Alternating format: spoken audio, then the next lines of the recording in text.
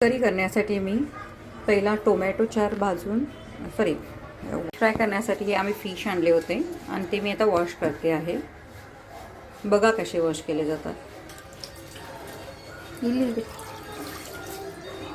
ह्याच्यामध्ये जास्ती पाणी खाऊ नये म्हणून असं दाबून वॉश करून घ्यायचे आहे. तर आम्हाला ह्या फिशमध्ये गाबोळी पण भेटली आहे. गाबोळी गाबोळी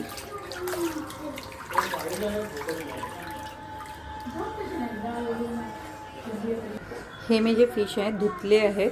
धुवून झाल्यावर असे मस्त थोडं पाणी सुकण्यासाठी ठेवले आणि ह्यातले काही म्हणजे माशाचा डोक्याचा भाग आणि शेपटीचा भाग जो आहे मी रश्श्यासाठी म्हणून काढला आहे. तर आता आपण ह्याला आलं लसूणची पेस्ट लावून देऊया.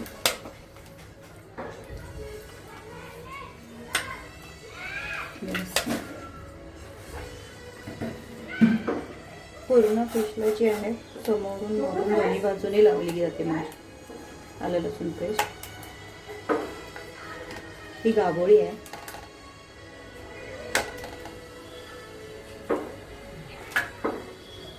चवीनुसार थोडंसं नमक टाकते. दोन्ही बाजून आपण लावून घ्यायचं आहे. हे कोटिंगसाठी म्हणून यूज होऊन जाईल आपल्याला.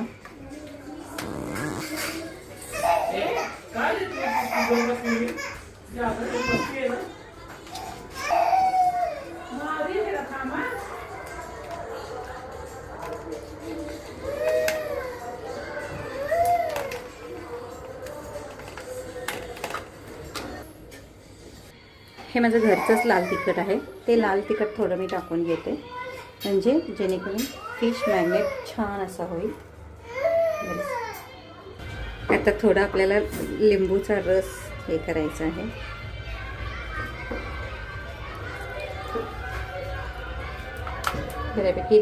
बऱ्यापैकी लिंबूचा रस मी पिळलेला आहे. 1 लिंबू लागेल.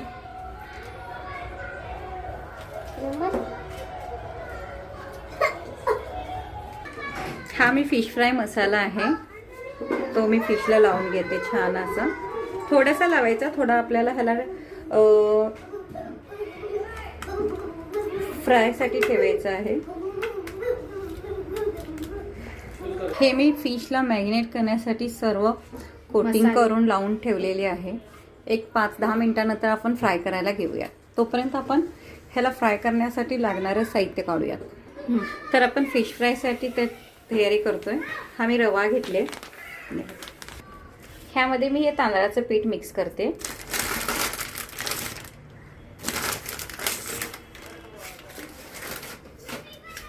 रवा तांदळाचं पीठ थोडं हे आपल्याला कोटिंगसाठी चालू आहे.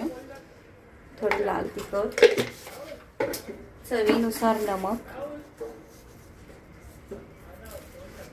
आणि हा माझ्याकडे आहे फिश फ्राय मसाला तर तो मी मिक्स करते.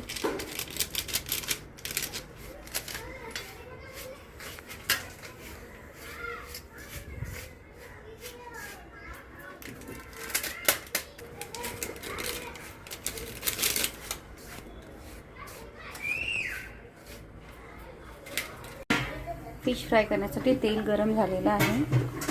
आता जे हे आपण मगाशी रॅपिंग केले होतं त्यामध्ये आपले फिश छान असे रॅप करून घेऊया. त्याला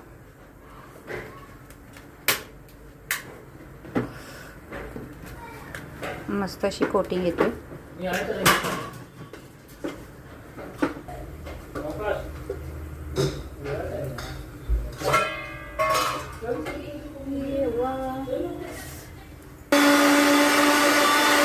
फिश फ्राय करताना सारखे त्यांना परतायचं नाही. एक बाजू पूर्णपणे भाजून झाल्यावरच दुसऱ्या बाजू भाजण्यासाठी घ्यायची.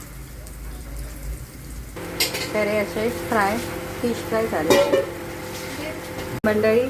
तर आपलं आता मस्त असा फिश करी आणि फिश फ्राय तयार झालेला आहे. तर तुम्ही पण बघा ट्राय करून आणि कमेंटमध्ये सांगा कसं झाले आहे ते.